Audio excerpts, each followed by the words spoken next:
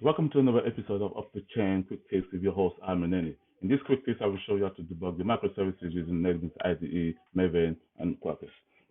Alright, so quickly you go to Quarkus, code the Quarkus.io, create your microservice, select all the framework that you need, and click on Generate Your Application. When you generate your application, a zip file will be created, which will be downloaded to your computer. Just make sure you open that source code within your favorite IDE. In my case here, this demo is about NetBeans. Okay, so I open the source code in NetBeans and I can put some more breakpoints where required.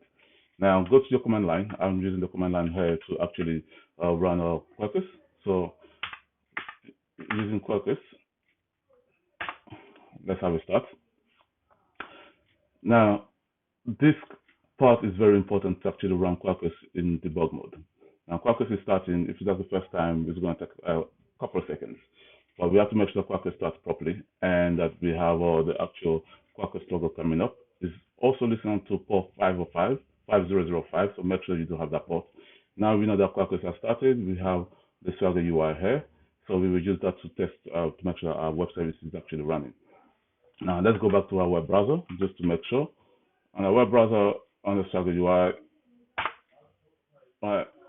and that's loading. Yep, so we have the two endpoints that you saw into the microservices source code earlier from our NetBeans. So we have the buff endpoint, the hello world, and the post hello world. Now, if we use our command line again to send out a request using HTTP, all right, so on this one, using HTTP, okay, so we see that we get a hello message. So let's change this and actually add the debugger to it. Now the debugger is on port 5005.